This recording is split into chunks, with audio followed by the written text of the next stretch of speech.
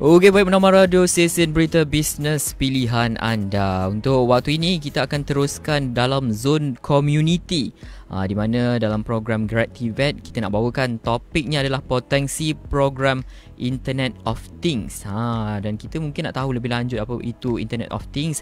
Kita akan bersama dengan teknologis profesional Muhammad Nazif bin Muhammad Baharudin yang merupakan pengarah Kolej Kemahiran Tinggi Mara Petaling Jaya KKT MPJ, menerusi talian panggilan sekejap lagi. Dan kalau kita tahulah dengan revolusi IR 4.0 ini, aplikasi teknologi yang berasaskan Internet of Things ni memang menjadi satu keperluan lah dan mendesak untuk pengurusan kehidupan kita seharian. Dan kalau kita lihat juga, ditambahkan lagi dengan isu pandemik ini yang mengubah landscape kehidupan kita, termasuklah cara kita bekerja, cara kita mencari ilmu secara dalam talian, itu semua memang memerlukan Internet of Things. Dan kesemua ini memerlukan sokongan dan juga kepakaran tenaga kerja yang mahir dalam bidang elektronik, terutama sekali IoT itu. Dan kita nak kupas topik ini dengan lebih lanjut. Kita akan bersama dengan teknologis profesional Muhammad Nazif bin Haji Muhammad Baharudin di talian sekarang ini. Assalamualaikum tuan. Waalaikumsalam, Encik Sadrin ya? Ya, terima kasih kerana sudi bersama dengan kami di Bernama Radio hari ini. Sama-sama. Okey, baik tuan, sebelum kita nak pergi lebih jauh lah, mungkin pendengar kita sebenarnya mungkin kurang, mungkin tak pernah dengar pun sebenarnya Internet of Things tu. Mungkin tuan boleh kongsikan sedikit apa sebenarnya IoT tu? Okey, terima kasih kepada Encik Sadrin. Assalamualaikum warahmatullahi wabarakatuh kepada semua pendengar.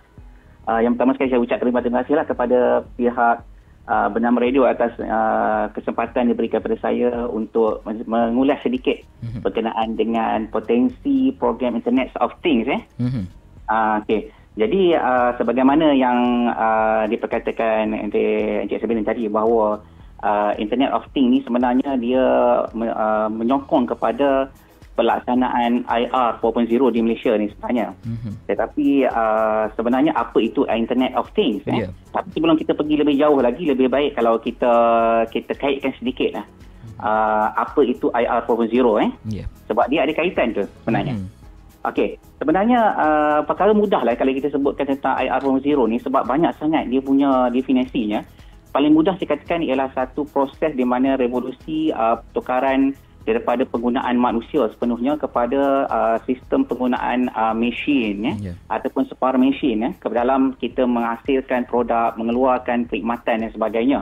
Dalam perkara paling mudah, iaitu mesin yang dulunya manusia dapat menghantar, menerima dan bertindak mengikut arahan yang disambungkan kepada sistem pengacaraan setempat dan melalui rangkaian komunikasi yang membolehkan ia berinteraksi dengan mesin tersebut atau mesin yang lain ataupun dengan manusia dalam mengeluarkan barangan atau perkhidmatan dengan cekap. Ini termasuklah dari sistem komunikasi, pengurusan grid tenaga, pengangkutan yang kita ada sekarang, perkilangan, pembekalan air maupun peralatan isi rumah yang digunakan pakai oleh kita pada hari ini. Termasuklah kereta kita, peti sejuk, sistem power dingin, hiburan, dan semua ini sebenarnya ada melibatkan dengan Internet of Things. Dan lebih mengagumkan lagi, IoT ataupun Internet of Things ni juga boleh digunakan untuk membantu operasi tubuh badan manusia dalam melaksanakan beberapa fungsi seperti deria dan sebagainya, khas kepada golongan kurang upaya yang akibat daripada kecederaan ataupun kekurangan fungsi. Sebagai paling mudah lah kalau kita tengok dalam filem Star Trek, Star Wars, lebih kurang macam tu. Zaman dulu macam tak logik, tapi zaman sekarang sebenarnya dengan adanya teknologi IoT ni, semua boleh berlaku. Semuanya berada dalam keadaan canggih lah kita katakan. Ya, betul. Satu lagi mungkin saya nak kongsi, disebabkan oleh perkara-perkara inilah IoT ni sebenarnya telah digunakan secara meluas, bukan saja dalam bidang pembuatan, perindustrian, malah sebenarnya dia terlibat dalam penjagaan kesihatan, pertahanan, pertanian, pendidikan, keuangan, perniagaan dan banyak lagi sektor-sektor yang melibatkan IoT ini. Jadi kita lihat memang IoT ni sangat ke hadapan lah tuan, memang ada potensi untuk sebab sekarang ni semua orang nak mudah saja. Jadi dulu macam tuan yang katakan tadi, semua dulu hasil kerja tenaga manusia, sekarang ni semua beralih kepada mesin, dan itu menyebabkan IoT ni diperlukan dalam situasi kini. Dan mungkin tuan boleh kongsikan apa sebenarnya kepentingan dan juga potensi IoT ni di masa akan datang. Okey. Saya rasa untuk bercakap tentang kepentingan dan potensi ni, saya bawa satu contoh yang sangat mudah. Kalau katakan tadi saya sebut tentang bidang-bidang yang terlibat dengan IoT, tapi kalau kita sebut tentang aero angkasa ke perindustrian ke, mungkin ada pendengar kita yang kurang memahami. Saya bawa satu senario yang sangat mudah, iaitu potensi IoT ini di dalam sistem perladangan. Paling mudah sebab ramai orang tahu tentang kelapa sawit kan. Senang nak relate lah, lebih dekat dengan kita sebenarnya. Lebih dekat dengan kita. Jadi kita ambil contoh tu.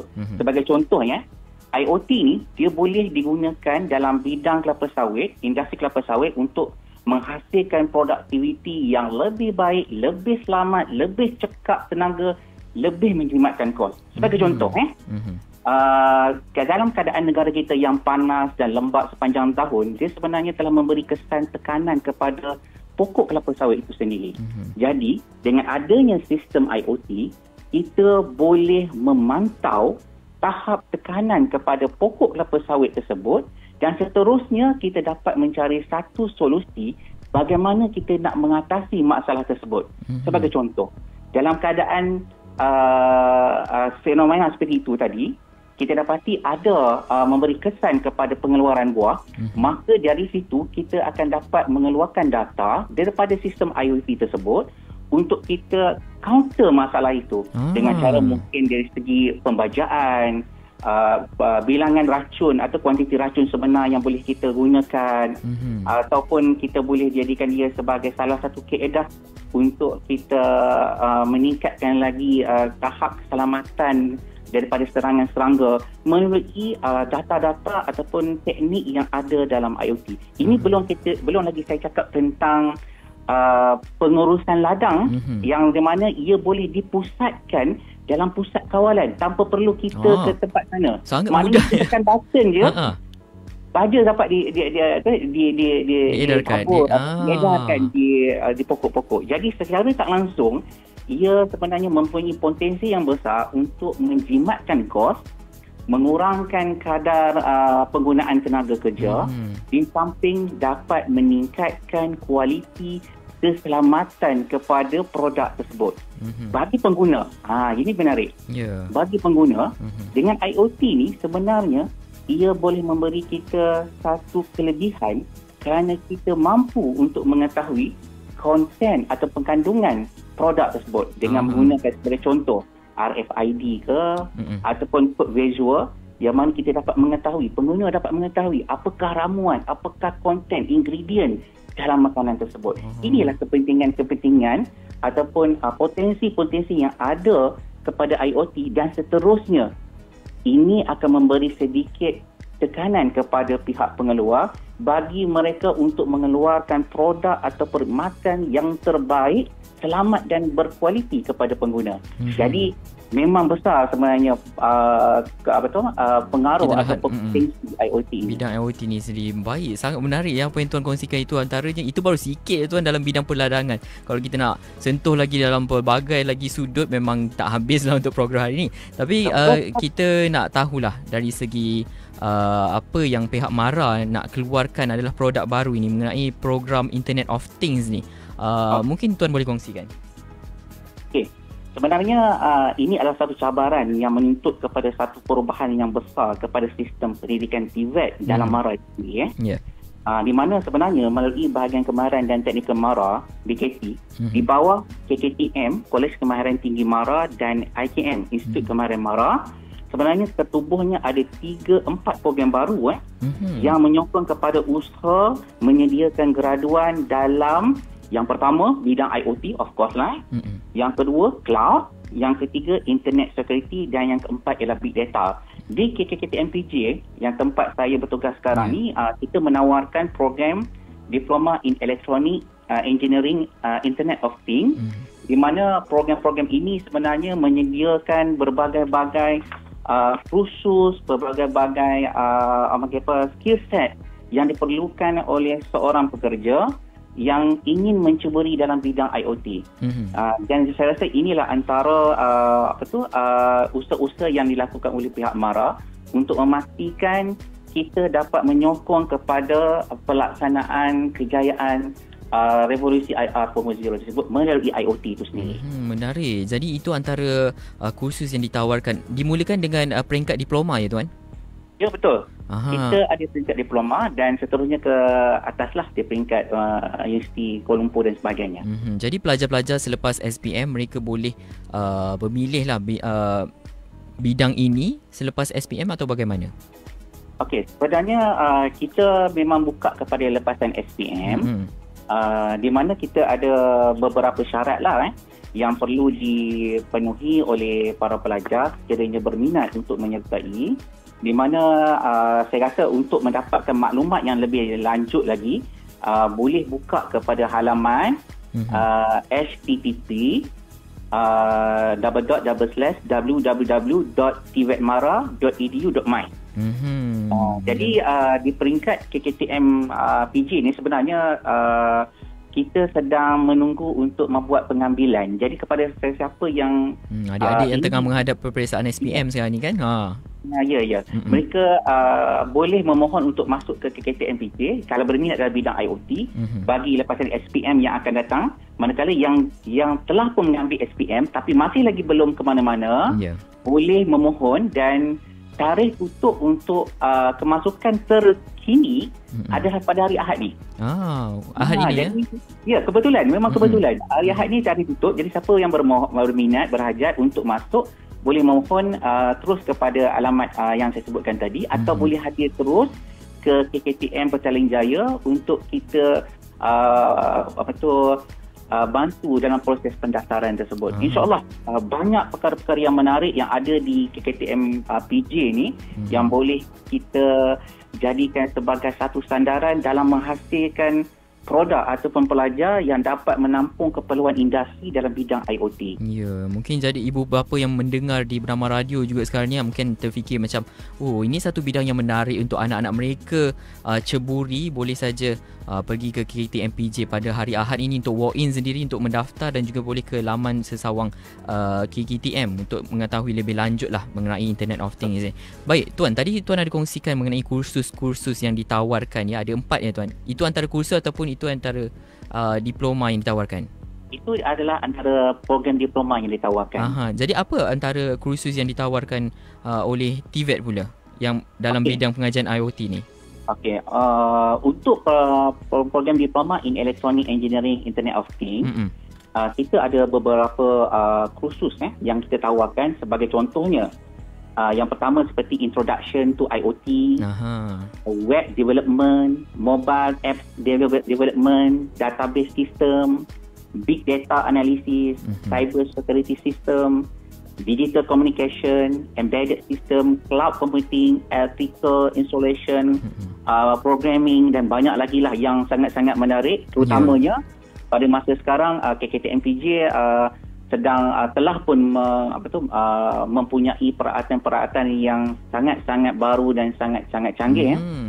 Kita boleh belajar berbagai-bagai, termasuk di sini kita ada drone. Kita boleh buat embedded, kita buat programming macam mana kita nak programkan drone tersebut supaya boleh terbang dan boleh bergerak dan sebagainya, termasuklah autonomous car sekali. Kita ada. Maknanya para pelajar yang berminat, dia boleh masuk. Di samping kalau dikatakan zaman sekarang budak-budak suka buat app, mobile apps kan, kat situ kita ada. Kita akan ajar satu persatu sehingga mereka mampu untuk mengeluarkan. Ini adalah salah satu daripada cabang perniagaan sebenarnya bagi remaja-remaja kalau yang siapa berminat menarik sekali. Seronok pula saya dengar bidang IoT ni sendiri. Rasa macam nak pergi sendiri belajar. Mungkin ada tak kalau orang luar yang berminat juga tapi mereka nak belajar secara suka-suka je, boleh ke Tuan? Boleh. Sebenarnya belajar ni tak ada yang suka-suka. Belajar kena serius. Kena serius. Tapi sebenarnya untuk penawaran Cik Sabirin sebenarnya di KKT MPJ ni, di samping kita ada core business kita iaitu full time, kita juga menawarkan program-program part time kepada yang berminat berkenaan dengan IoT. Sebab kita ada contoh-contohnya ada orang-orang daripada luar yang datang untuk belajar berkenaan dengan mobile app sebagai contoh. Kita bukan apa, kita nak merhatikan satu apps. Kita ajar dia buat dalam tempoh 3 hari, 4 hari. Ataupun yang berminat tentang Arduino. Macam mana nak buat program ni. Contohnya kita contoh lampu. Macam mana kita nak kawal lampu kita menggunakan handphone. Kita boleh buat, kita boleh ajar macam mana nak buat programming. Dan benda-benda ni selalunya mengambil masa yang singkat. Mungkin 3 hari, 4 hari saja. Dan mampu untuk memberi sedikit maklumat berkenaan bagaimana IoT tu boleh diimplementkan dalam kehidupan. Sebenarnya kalau ada kesempatan, jemput datang ke KKT MPJ. Kita ada berbagai-bagai produk yang kita buat bagi menyokong kepada sistem pembelajaran IoT untuk memastikan pelajar-pelajar kita ni memang keluar insya-Allah pakarlah dalam bidang ni. Sangat menarik lah apa yang ditawarkan di KKTM Petaling Jaya ni. Satu benda yang menarik, lagi-lagi sekarang ni memang kita tengok generasi sekarang memang suka benda-benda yang secara praktikal ni. Kalau kita lihat di KKTM PJ sendiri lebih kepada teori ataupun kebanyakannya memang praktikal, Tuan? Untuk makluman, yang pertama sekali program diploma ini diiktiraf oleh pihak MQA. That means dari segi pengiktirafan tidak ada masalah. Malah sekali lagi mungkin saya akan sentuh sikit tentang penglibatan industri dan pengiktirafan industri serta UC yang kita dapat. Jadi walaupun kita masih baru.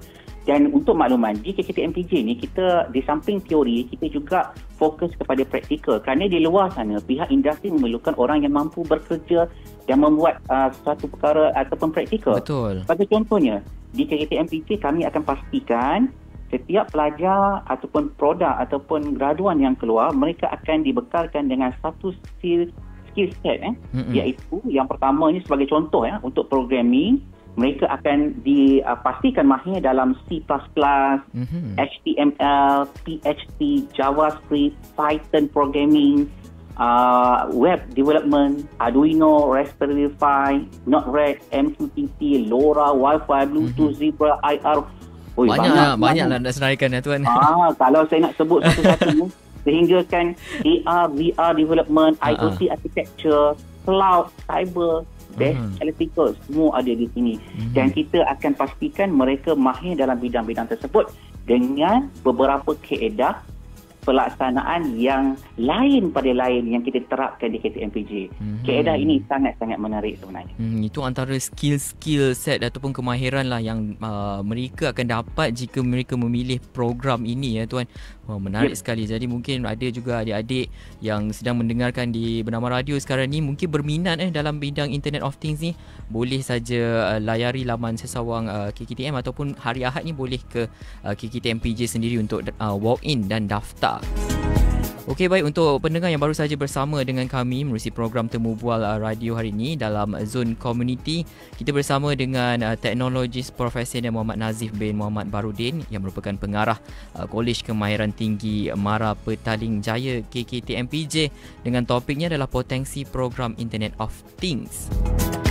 Okey, baik Tuan, kita nak kembali lagi lah dengan diskusi kita. Mengenai tempoh pembelajaran pula bagaimana Tuan? Dalam diploma jika pelajar-pelajar ni berapa lama mereka akan berada dalam program ini? So untuk di KKT MPJ ni, program kita sebenarnya special. 2 tahun setengah saja. 2 tahun setengah saja untuk diploma. 2 tahun setengah termasuk latihan industri. Dia tak mengambil masa yang lama lah. Tak lama, sekejapnya. Tapi dalam tempoh yang singkat tersebut, InsyaAllah para pelajar yang belajar di KKT MPJ, kita akan pastikan mereka ini mampu untuk menyahut cabaran industri IoT di luar sana. Jadi bagaimana pihak KKT MPJ sendiri nak pastikan mereka ni dah kuasai ilmu tu sebelum mereka pergi masuk dalam bidang latihan perindustrian sendiri Tuan?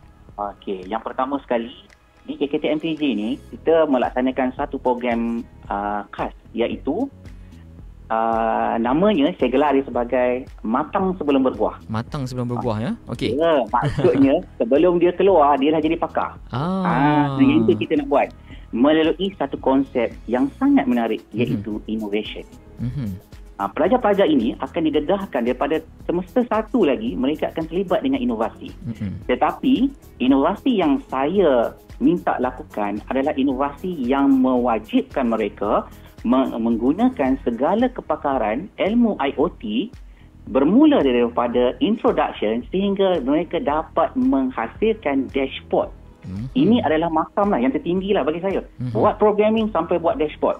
Sampai jadi hasil tu. Okey. Yes. Orang kata mustahil lah pelajar semester 1 boleh buat. Yes. Memang mustahil, tetapi sebenarnya kalau kita ada usaha, insya-Allah Iman ini akan berjaya kerana saya akan pastikan para pelajar mereka akan apply perkara-perkara IoT dalam produk projek mereka. Sebagai contoh semasa 1 dia buat projek, contohnya ialah IoT kelulut. IoT kelulut, menarik kan? Menarik. Sangat. IoT kelulut tu kita IoT kan dia. Macam mana tu sebenarnya? Kalau nak sila datang ke KTMPJ. Banyak lagi projek. Okey. Projek ni pada semester 1 dia perlu menggunakan satu sensor, satu actuator, satu programming, sebagai contohnya C++, and then dia kena bangunkan dashboard. Dashboard tu akan terpapar segala maklumat data dan sebagainya hasil daripada pemantauan parameter yang didapat daripada sensor tersebut. Jadi, kemahiran adalah satu proses latihan yang berulang-ulang sehingga dia mahir. Itu namanya kemahiran. Jadi, di sini para pelajar dia perlu menghasilkan produk tersebut dan dia terpaksa buat berulang walaupun dia tak belajar lagi. Guru-guru di sini, para pensyarah sangat-sangat bagus. Mereka akan berada bersama dengan para pelajar seminggu lebih kurang dalam 3 jam setiap hari Jumaat untuk berada di dalam yang saya panggil sebagai innovation hour. Mereka akan belajar programming sebelum masuk kelas. Bayangkan semester 1 dia buat satu programming. Semester 2 projek yang sama tapi kena buat dua programming. Dulu C++, sekarang kena tambah Java. Bila ada dua programming, dia kena embedded. Dia kena buat programming semula, dia kena buat data semula. And then dia kena tambah pula sensor lagi. Projek yang sama tetapi lebih advance. Dan dia kena present dalam innovation. Ini saya nak terapkan soft skill pula. Di mana meningkatkan daya keyakinan dia berinteraksi dengan orang luar. Panel-panel ada daripada panel-panel luar, universiti dan juga pihak industri. Dan mereka kena buat daripada A sampai Z. Konsep ini saya telah terapkan selama 1 tahun, 2 semester. Dan kita telah pun masuki lebih kurang dalam 6 pertandingan antarabangsa dan peringkat kebangsaan. Itu satu pencapaian yang baik. Ya, kita dah menang banyak peringkat emas dan anugerah khas seperti Special Award untuk Group IoT, Special Award untuk Innovation Special Award daripada Kulim High Tech Park dan banyak lagi hasil daripada inovasi pelajar-pelajar tersebut. Yang paling penting bagi saya, apabila pelajar dapat buat, dia boleh applykan apa yang dia belajar. Bila dia masuk kelas, sebagai contoh yang programming, pada semester 4 baru dia masuk kelas programming, tetapi dia dah ada 3 semester, dia dah buat program. Bila dia masuk kelas, bukan dia baru nak belajar, dia nak advance lagi. Jadi kita dapat menghasilkan pelajar yang yakin dan juga mahir dalam bidang IoT ini di masa depan. Dia. Saya sendiri dengar Tuan explain, saya pun berkeyakinan dengan pelajar-pelajar hasil-hasil daripada KKTM Petaling Jaya dan lagi-lagi dalam bidang IoT ni sendiri ya. Dan pencapaian mereka itu bukan kebiasaan sampai ke luar negara. Itu satu perkara yang boleh dibanggakan sebenarnya. Kita ucapkan tahniahlah kepada pihak KTM PJ kerana dapat menghasilkan pelajar-pelajar yang sangat berinovasi dan kritis pemikiran mereka ini. Okey, Tuan, kalau kita nak tahu juga dari segi penglibatan industri dalam dan juga luar negara kepada program IoT yang dijalankan KKTM-PJ, ada tak pihak-pihak luar yang akan saling berkesinambungan lah dengan KKTM-PJ ni? Terima kasih. Ini adalah satu benda yang sangat menarik yang menjadi satu keterbezaan di antara satu program dengan program yang lain. Alhamdulillah, walaupun kita ni masih setahun jagung, tetapi dalam tempoh 1 tahun setengah ni, sebenarnya di bawah KKTMPJ kita ada 2 akademi yang bernaung di bawah kita. Aha. Akademi ni pula bukan akademi biasa-biasa. Yang pertama, Huawei ICT Academy ada bersama kita. Yang kedua, kita ada CompTIA Authorized Academy. Ini adalah 2 industri peringkat antarabangsa yang sangat gerah dalam bidang IoT, dan mereka berada dan yakin duduk bersama-sama kita. Jadi para pelajar kita, mereka akan digembelengkan dengan teknologi-teknologi yang kita dah rangka dalam silibus, di samping teknologi-teknologi yang datang daripada syarikat-syarikat ini. Ini akan kita buat melalui floating curriculum. Floating curriculum ni saya gambarkan sebagai teknologi-teknologi semasa yang ada pada masa tersebut. Sebab kita nak supaya apabila pelajar keluar ke industri, dia dibekalkan dengan teknologi semasa. Jadi inilah kaedah yang kita guna. Di samping kita ada banyak lagi syarikat-syarikat luar seperti Fabric, kita ada My Event, M-Gate, OSI Teknologi, kita ada TransAsia, dan banyak lagi lah Era, dan banyak lagi lah syarikat-syarikat luar yang bersama-sama lah dengan KKTMPJ. Wow, sangat dan hebat. saya inilah antara bukti bahawa pihak industri yakin dengan kemampuan kita untuk melahirkan produk-produk IoT yang dapat membekalkan mereka tenaga kerja yang kompeten dalam bidang IoT. Walaupun masih lagi setahun jagung dalam bidang ini, tapi kita lihat memang bukan calang-calang lah syarikat yang berada di naungan KKTMPJ ni. Jadi pelajar-pelajar ini selepas mereka tamat pengajian, adakah mereka berpeluang untuk pergi ke sana untuk belajar lagi ataupun bagaimana, Tuan? Okey. Bagi pelajar-pelajar yang ingin bekerja, of course lah, dia akan bekerja lah. Bagi yang ingin menyambungkan pengajian, sebenarnya untuk makluman, kebetulan jugalah saya rasa sebenarnya di KKTMPJ ni, kita ada kerjasama dengan UTHM, UTEM, mana pelajar boleh nak menyambung pelajaran di sana, di peringkat ijazah. Dan secara kebetulan, 1 hari bulan 3, minggu depan, kita ada perbincangan dengan pihak UTP. Sebenarnya kita nak membincangkan bagaimana kita nak buat laluan kepada pelajar-pelajar daripada KKTMPJ boleh menyambungkan pengajian mereka di peringkat ijazah di UC Teknologi Petronas. Itu sangat menarik. Manakala di luar negara, untuk pengetahuan, kita juga ada collaboration dengan Dongyang Mirae University daripada Korea. Boleh ke Korea pula selepas ini? Ya, sebenarnya pihak universiti daripada Korea dah datang ke tempat kita. Melihat mereka sendiri ya? Minta, mereka minta supaya para pelajar kita ni menyambung pengajian peringkat ijazah di Korea. Mengikut sistem Korea. Bagi kita, tak ada masalah. As long as benda itu dapat memberi nilai tambah ataupun meningkatkan pelajar dari segi akademik, kita sokong. Dan kita buat. Dan benda ni, insyaAllah lah kalau COVID ni saya rasa tamat, saya rasa lagi panjang kaki kita sebenarnya. Kalau kita nak tahu jugalah dari segi sambutan pelajar-pelajar setakat ini bagaimana ya Tuan? Memang ramai ke yang sedang belajar dalam bidang ini atau bagaimana? Okey, untuk makluman sebenarnya kita baru 2 kohort. Kohort pertama tak ramai. Maksudnya kita ambil sekelas saja. Lebih kurang 15 orang saja untuk first kohort. Untuk second cohort tu terus meningkat kepada hampir 70 orang. Yang itu pun tak pasal bertapis-tapis tu. Yang ini untuk bulan 4 ini ada kemasukan baru. Yang ini untuk cohort ketiga, kita tak ambil ramai, lebih kurang 20 orang saja untuk satu kelas. Dan insyaAllah untuk yang para pelajar yang sedang SPM sekarang, mereka akan masuk insyaAllah pada mungkin bulan 9 nanti. Yang ini kita akan buka ramai lah. Dan kita minta lah siapa yang berminat, cepat-cepatlah isi, cepat-cepatlah mohon. Kalau rasa takut sangat, mari dekat KKTMPJ, kita bincang. Betul, lagi sedang sebenarnya walk in je, datang terus daftar, bawa apa yang patut dan dokumen-dokumen yang perlulah. Ya, insyaAllah. Dan dan kalau nak ditanya juga ya Tuan, sudah kita lihat macam mana ya dengan mereka selepas ini yang berminat nak join KKTMPJ ni, boleh bagaimana Tuan nak ajak mereka beramai-ramai? Mungkin ya. Yang pertama sekali, of course kita boleh melalui laman web yang saya sebutkan tadi, mana boleh daftar secara online. untuk mengawasi KKTM-PJ atau mana-mana pusat lah. Sebenarnya MARA ni dia banyak sebenarnya KKTM ni yang menawarkan. Tapi untuk KKTM-PJ IoT ni isti dan mohon untuk masuk ke KKTM-PJ, lihat syarat-syarat yang telah ditetapkan. InsyaAllah lepas tu kita akan buat pemilihan. Pada masa yang sama juga, sekiranya rasa tak confident lah rasanya datang je lah ke KKTM-PJ, hantar dokumen, kita semak, kita akan cuba bantu daripada KKTM-PJ. Senang je cerita dia.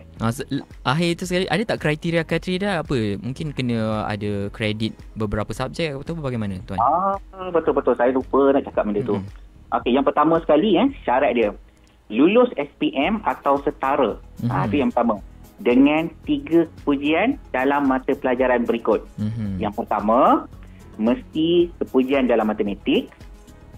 Yang kedua, kepujian daripada mana-mana satu mata pelajaran lain mengikut kumpulan, sama ada kumpulan sains ke, kumpulan vocational dan teknologi, kumpulan kumpulan pelajaran vocational ataupun kumpulan mata pelajaran aliran vocational. Salah satu je. Kalau katakan ada satu cukup lah. Yang ketiga, mana-mana satu mata pelajaran lain yang dapat kepujian dan lulus bahasa Inggeris dan tidak rabun warna. Itu saja. Sangat mudah. Itu antara syarat dan kriteria lah yang diperlukan. Memang dia tidaklah terlalu strict lah dalam pemilihan. Jadi mungkin siapa yang berminat ataupun pendengar sendiri ada anak-anak yang rasa macam ini satu bidang yang kita lihat memang sangat penting lah untuk di Malaysia, terutama sekali di masa hadapan. Memang kita memerlukan Internet of Things ni sebab semua benda kita nak lebih mudah menggunakan mesin dan sebagainya. Baik, terima kasih Tuan kerana sudi berkongsi dengan kami hari ini mengenai potensi program Internet of Things. Yes, sama-sama kerana menjemput saya. Okey, baik. Assalamualaikum. Waalaikumsalam warahmatullahi. Okey, baik, itu dia tadi kita baru saja bersama dengan teknologis profesional Muhammad Nazif bin Muhammad Barudin yang merupakan pengarah Kolej Kemahiran Tinggi MARA Petaling Jaya KKTM-PJ dengan topiknya adalah potensi program Internet of Things. Jadi diharapkan apa yang dikongsikan tadi, jika ada berminat boleh saja ke laman sawang KKTM untuk dapatkan maklumat yang lebih lanjut. Itu saja program Zone Community hari ini. Terus dengarkan kami di Bernama Radio Stesen Berita Bisnes Pilihan Anda.